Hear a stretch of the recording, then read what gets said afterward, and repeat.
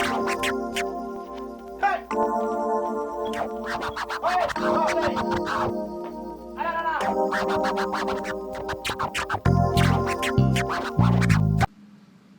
so it's recording.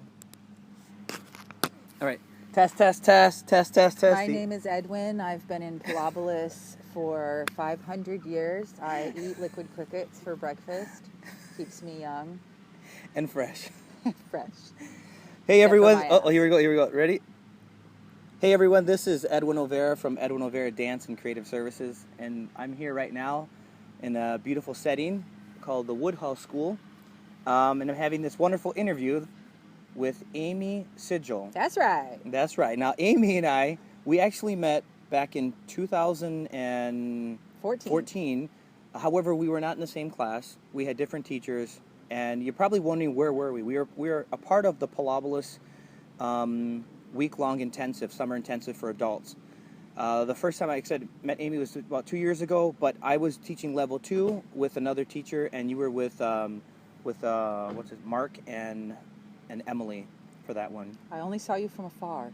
And I think near the Wednesday and the last session. Yep. So now we're fast forwarding to 2 years later. Amy's been taking the class with Emily and I, which is level 3, all about revising and editing our pieces of work. What really intrigues me about Amy is the simple fact that you are a tribal belly dancer and have been doing it for more than 20 years. And you have fallen in love with the Pilobolus technique and creativity, which is really, really mind-blowing and also wonderful at the same time. So, Amy, can you tell me, as growing up when you were little, what are some of the early signs that either you or your parents noticed that you were going to be a mover? There was no signs. This is a complete and absolute surprise to myself, to my family, to my friends. I don't think anybody would have guessed it, ever. I don't think dance even came out of my mouth until I was about 23 years old. Wow. It was an amazing journey for me. I grew up doing sports and horsemanship, basketball, volleyball, track, all the time. So I think my first movement was really found on the back of a quarter horse. Really? When I was about 7 years old. My dad bought me a baby horse. My God. And he put me on 40 acres by myself with this quarter horse, and she bit me, and she kicked me, and she stepped on me. She tried to drown me in the pond. Really? She drug me through the fence. And I think that was my first movement experience when I was like, my legs need to be stronger. I need to be grounded, not on a horse. My will needs to be bigger, you know? So I learned on the back of Biscuit as a mover, and then I went straight into sports. But I came from a town that had one stop sign. It was all ranch, lots of cattle, lots of horses. There was no dance studio, period. No one talked about dance. Ever. And what part? So where was that located? Like, where were you located at that age? Loma Rica, California. Nobody knows where that is, but it's northern Cali, kind of by the Grass Valley, Nevada City area. Oh wow, wonderful. So you've already eliminated all those ages, yeah. But when you as you got older and you started like delving into dance, what was the first thing that got your attention? Well, you know, I kind of give credit to methamphetamines for my dance career. I was balls to the wall in California, true drug style. I lost a lot of years of my life to heavy drugs, and pulling myself back together, I literally planted in Sacramento, California, and I opened up a Parks and Rec magazine, and I just started looking through it, and I took a pottery class, a cooking class, and a belly dance class. And I did not love it, the first class. I really didn't love a lot of things for a lot of years, coming down off such incredible substances that I still didn't have any feeling for dance. It wasn't until probably 3 to 4 years in when I found a specific style of belly dance called American tribal style, which is all improvisational group work. And it kind of blew my mind. It was kind of like basketball in a dance genre. There was formations, there was plays, there was leaders and followers, point guard and wings. Really? And it kind of threw me for a loop a little bit. And it was also extremely fusion based. So that was awesome because I was able to bring not technique, but experience, heart, love, creativity. And eventually belly dance led me to Pilobolus, which is just bizarre. But again, I opened up a magazine and I looked, and there was this weird looking group making these weird things. And it was a show near me, and I showed up, and it kind of took me in this completely different improvisational world.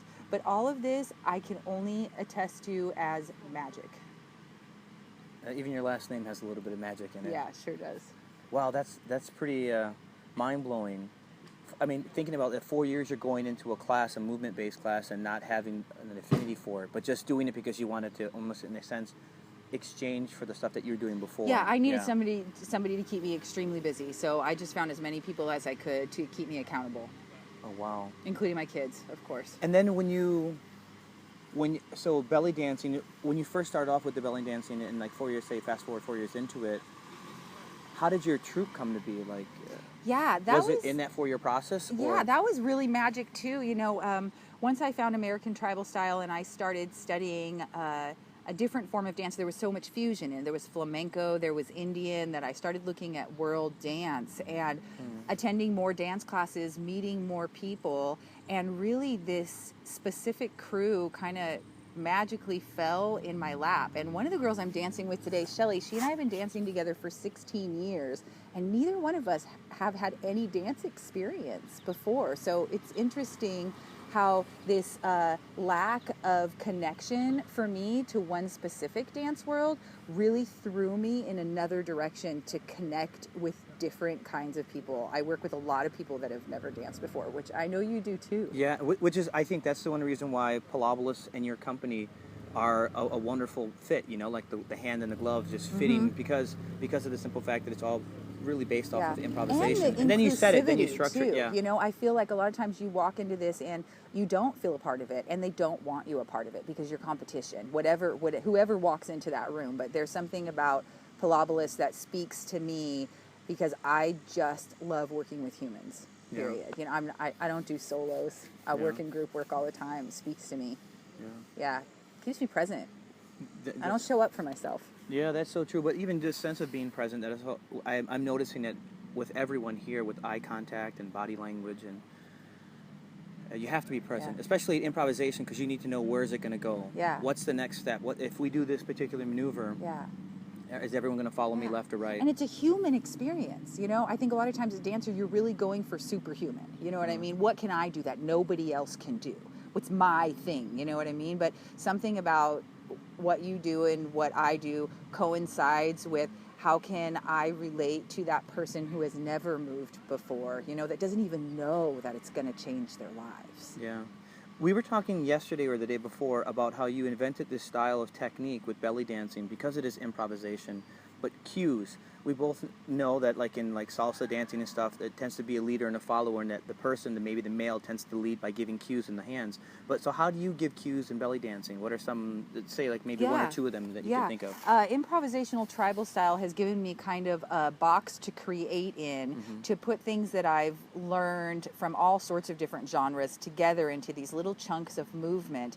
And then I have devised physical cues to go with those chunks of movement, as well as body cues. If I'm doing something specific in a vocabulary and my arm takes a slight dip to the left diagonal, that cues a quarter turn. So it's really like sign language for dancers. They're physical cues. They're not mental cues. A lot of what we use here, I think, is a combination of both of those things. Yeah. And improvisational tribal style is based on physical cues and defined vocabulary.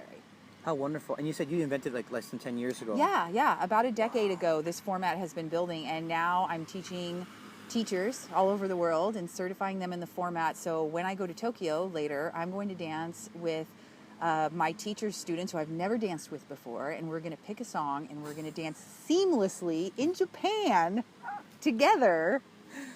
And I'm going to meet and what's crazy is that when I go to these countries, I don't speak their language. Like, we can't audibly talk, but we can physically talk through movement all day long. Yeah, through movement. It's crazy. I mean, it is a language. It is a language. And sometimes the verbal language is nothing but a wreck over the top of it. You know what I mean? Got it.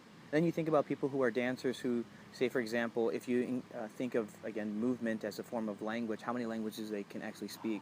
Isn't that crazy? Right? When you think about it, whether it's tango or Spanish or belly dancing or modern or contemporary, like those are all different languages that are physically expressed other than the voice. And so similar because of the human experience. You know, most of us are working with a lot of the same appendages, if we're lucky. Most of us, and if we're lucky, you know? So there is this really relatable, like, hey, your head's still attached, my head's still attached. What can we do with that? Yes and no. Speaking of, let's say, going along the lines of, like, say, injuries. I mean, you've gone, if you look at your substance abuse as an injury, your way of overcoming it was through taking movement classes. As far as a physical injury, like say if you ever hurt your wrist or your back or your elbow, how did you overcome it, and what have you done to prevent, what are your preventive measures, whether it's stretching or so forth? Because every dancer goes through some type of either mental or physical injury, and how do you cope with it? I have degenerative arthritis in my neck. We're working with like stage 4. I have like a neck of an 80-year-old woman. So it's really about longevity for me more than it is healing per se. So mentally, I got to keep myself in the right perspective. Everybody's got something, you know what I mean? Everybody's got something that they have to work with. So I heard this horoscope one time that someone read to me aloud, and it was about this famous opera singer, and he was so good, and he had a big, huge ego, and he once said out loud to the press, "I can sing my grocery list better than you can sing that opera." And sometimes, and this is going to sound really crazy to say, but I take it as my personal challenge. I have been gifted in this life with so many beautiful relationships and experiences that I have to deal with something to make me relatable, to injury. Like, this is something that I don't see as a burden anymore, but I really see it as relativity to people who are hurting. Like, I know what hurting feels like, and I don't wish to never hurt. I don't wish to never be injured, because I do want to understand. I do want to work with something. I do want to have challenges and obstacles. Well, you're the first one who's ever talked about injuries in that sense. I embrace them, which is different, because some people don't embrace an injury and don't even want to learn from that. Yeah, and it's your body. I mean, your body's talking to you, and it doesn't want you to yell at it. Like, it's trying to get your attention. It's like a little child. My neck is like a little toddler who likes to scream at me, and I have to give it attention, all sorts of different attention. Sometimes I got to be like, it's time for you to be quiet, because Mama's got to go to work. Or sometimes I'm like, okay, Mama's not working right now. Let's take care of you. You need a blankie and a pippy, little neck, or what? Or a massage, like what we've been doing here. When you are looking for some source of like inspiration, where does it come from? Usually outside, for sure. Outside of myself. In nature, in nature, exposure to outside. I rarely go inside. I think I should meditate more, in all honesty. I think I need to go inside a lot more. But your movement is meditation when you think about it. Oh, it so is. I remember growing, not growing up, but taking classes with a woman named Fern Cocker-Bronson from UWM. She does African dance, and she said, there are two forms of meditation. One is through stillness, because she's also a Buddhist monk, and so into Buddhism, and the other one is through movement. And you see that a lot with indigenous people, and so they go into that movement meditation. You escape both ways. Yeah, you escape both ways. It depends on how you do it. Do you sit still, or do you actively do something to keep your mind into a calmer state? Yeah. Yeah, and sign up for shit. That's important. It doesn't matter if you classes? like it. Sign up for shit. I mean, it doesn't matter. It could be race car training. You know what I mean? Like, it really doesn't matter. Like, just sign up for shit. That's how I'm here. That's why I'm here. That's how it happened. It's time to do something new, and it doesn't have to play into, you don't have to have this ulterior motive of what that experience is going to get you. Get outside and sign up for some shit. Got it. So if you were to take like a different movement class when you go back into California, or just even elsewhere around the world, what would it be, and why would you want to take it? I really want to do some more chanting. Bartinieff, Bartinieff movement? It's the total body connection. I did this 5-day Laban and Bartinieff thing, and it was my first exposure to it. And there was some audio, I guess the voice as a limb. They said you have 7 limbs. The 4 main ones, legs and arms, plus your head, plus your tail, plus your voice. And I don't do a lot of vocalization except for breathing in dance. And I started taking Kundalini yoga. So I've been chanting a little bit. And although I just started, so I really don't know what I'm chanting right now. It's just a lot of words that I don't understand. I want to sing more. I really want to sing more. So I think I might find a chanting group. And then I wonder if there's a movement chanting group with my name on it somewhere. Yeah, got it. Yeah, I love that. Again, it's another manifestation of who you are, but through the vocal presence, right? Yeah. So you can move your body. You also are very good at moving your hands. And now it's just improvisation and then hearing your voice, right? Yeah. Like you heard me joking around singing this crazy opera voice. But I find myself many times in the car playing music, and then articulating my voice, whether it's incredibly loud or really low or just cutting it short, because it's another form of improv, you know, for me. Yeah, and another form of expression. Yeah, and I never know, like, what if I say, for example, in the future, what if some project pops up and I have to do like singing? Well, at least I've trained my voice in some weird sense. Absolutely, I thought That you were way, classically trained. Oh, Are I'm you not. kidding me? I think in foolishness, maybe. Classically trained. What's if there was something that you wanted to do, say, for your business in the next 3 to 5 years, what would it be? Gosh, that's a great question. I try to stay away from any long-term goals. I usually don't go over a year. I'm kind of a short-term goal kind of person that way, to let magic into my life and let things form.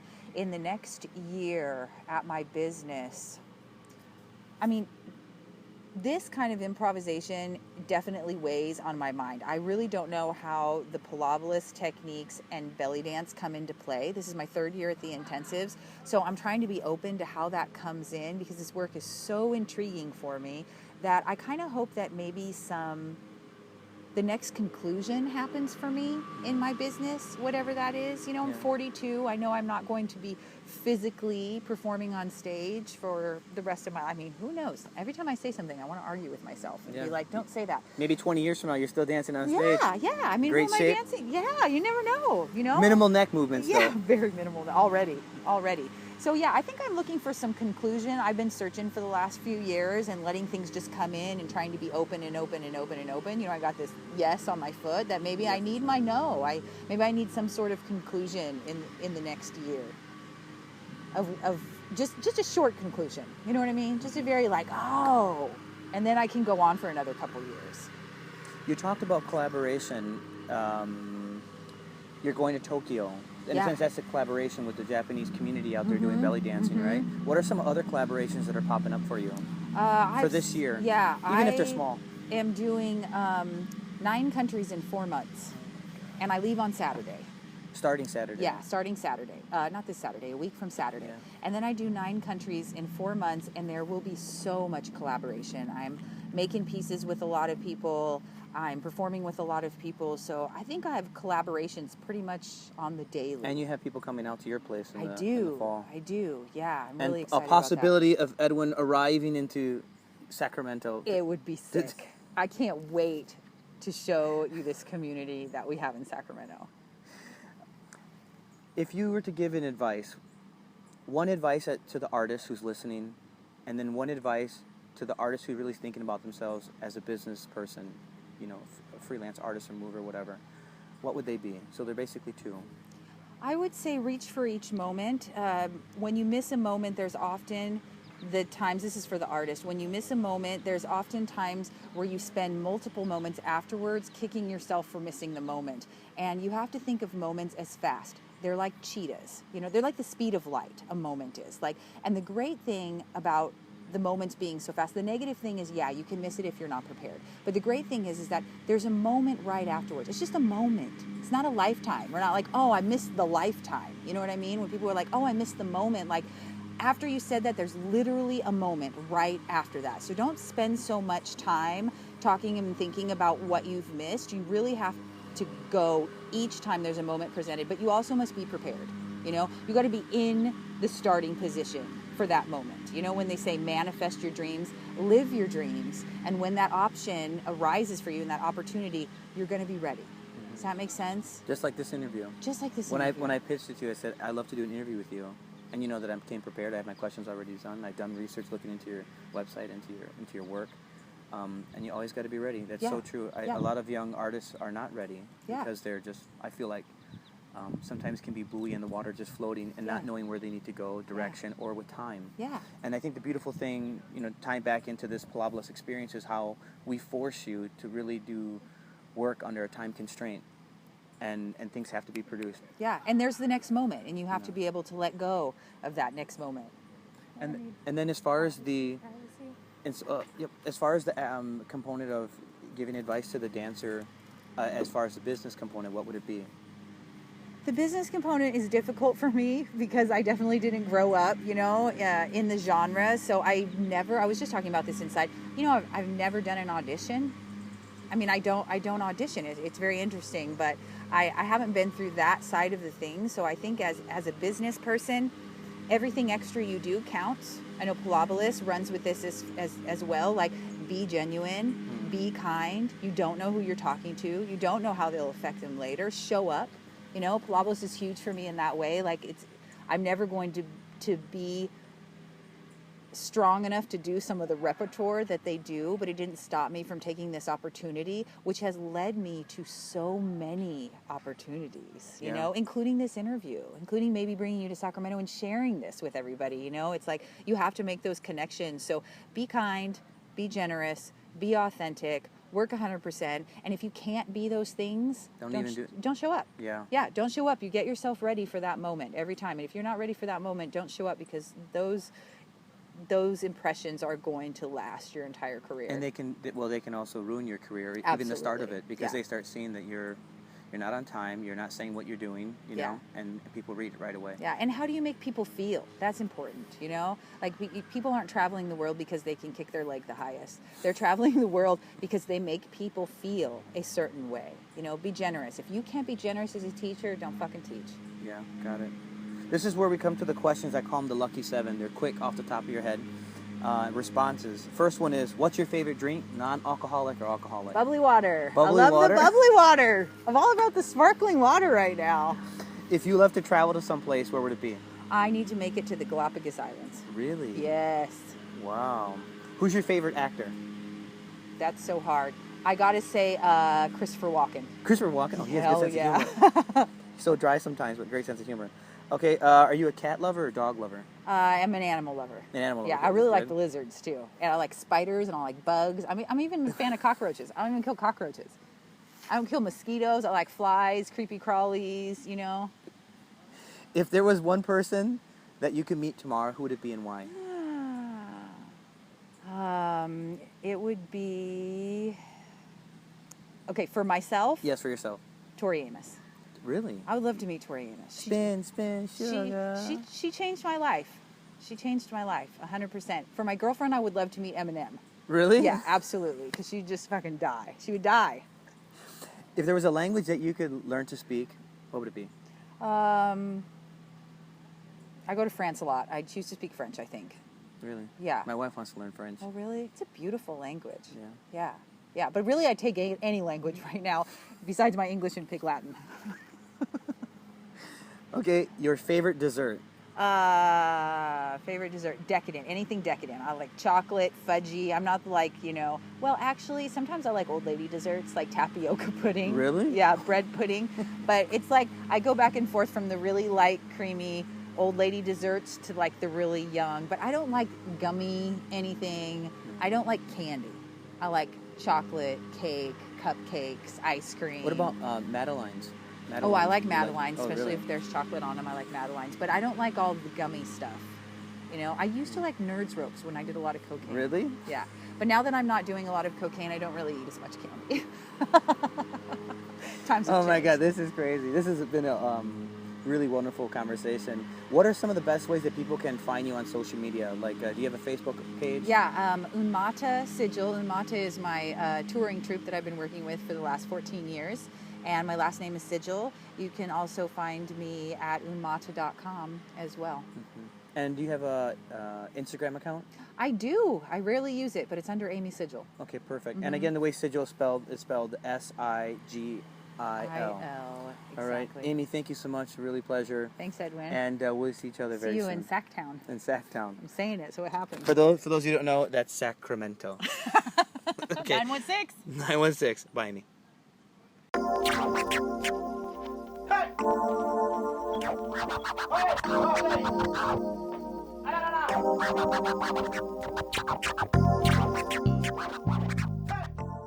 Hey everyone, welcome. This is Edwin Olvera from Edwin Olvera Dance and Creative Services. And in this particular interview, it's with a French choreographer named Manuel Vignuel. I met Manuel through a mutual friend named Amy Morrow, and I just want to say thank you so much, Amy, for getting us connected and having a wonderful interview. This interview was recorded back in June, the end of June, when I first started my 2.5-month work tour of doing freelance work with Pilobolus and then stuff with my own small business. What was so special about this interview is that Manuel and I kicked it off right away. We hit it off